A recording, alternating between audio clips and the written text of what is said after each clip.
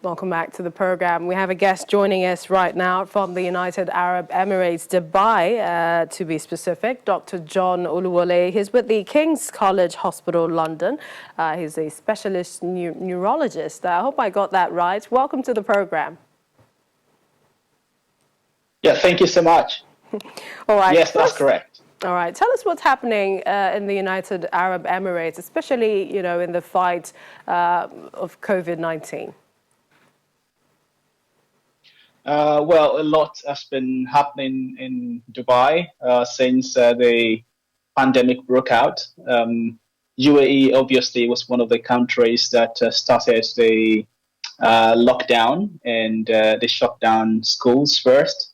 And so that really helped us to curtail the spread of the virus. So the schools were shut quite early. The pupils were sent home.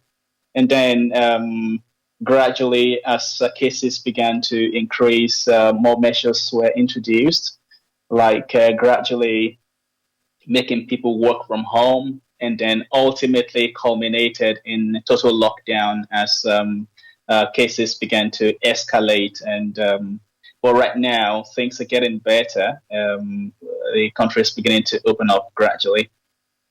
All right. How much measures in terms of the physical distancing and the provisions of the diagnostic tools are you getting, especially as a frontline worker in Dubai? Well, I must say that the government of UAE, they have done very well in this regard. They deserve a lot of commendation.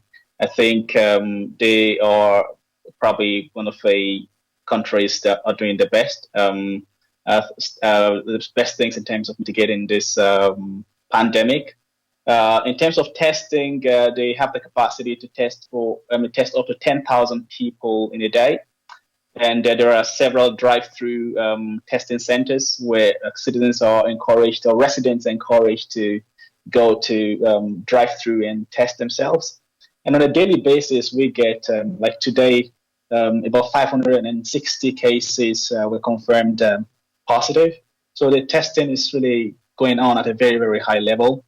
And social distancing is enforced as well. In the malls, for instance, the grounds are marked. So you cannot go too close to the person in front of you. The ground's already marked where you're supposed to stand in relation to the next person. And then universal facial face masks are really enforced. So I think the government is doing quite a lot. And then there are isolation centers scattered all over the cities where people who test positive are isolated so that they don't, spread the virus to those who are not yet contaminated. So they're doing quite a lot. With all that you've mentioned, what's your assessment of Nigeria's response to the pandemic? I don't want to be too critical, but apparently there's a lot more to be desired.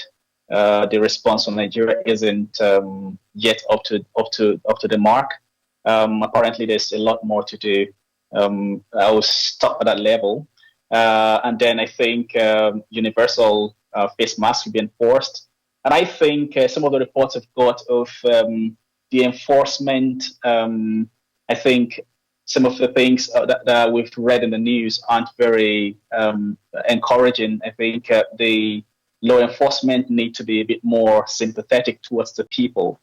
Like we've read of instances of doctors being assaulted by military personnel in spite of them showing their identity. But the case is completely different in other parts of the world. So I think that's the much I want to say about that. I don't want to be too critical of what's happening in Nigeria.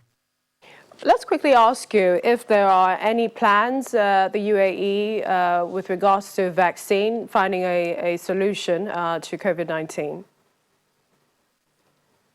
Well, I think in terms of vaccines, I think the US and Europe are taking the lead in that regard. I know the European Commission is doing a lot of fundraising right now, and the US also trying to sponsor some candidate vaccines. For UAE, I'm aware we're doing some research on stem cells to see how that can help, stem cell infusion, how that can help reduce the severity of infection and help improve recovery. And we're beginning to see results. Like my hospital, King's College Hospital, is going to be involved in the in some aspects of the research, and that's going on. And that's the contribution we expect from UAE. That's All a right. novel approach to treatment. All right, we'd like to appreciate your time. Thank you so much, Dr. John Oluwole, a specialist neurologist with King's Hospital London in Dubai. Thank you for joining us. Thank you.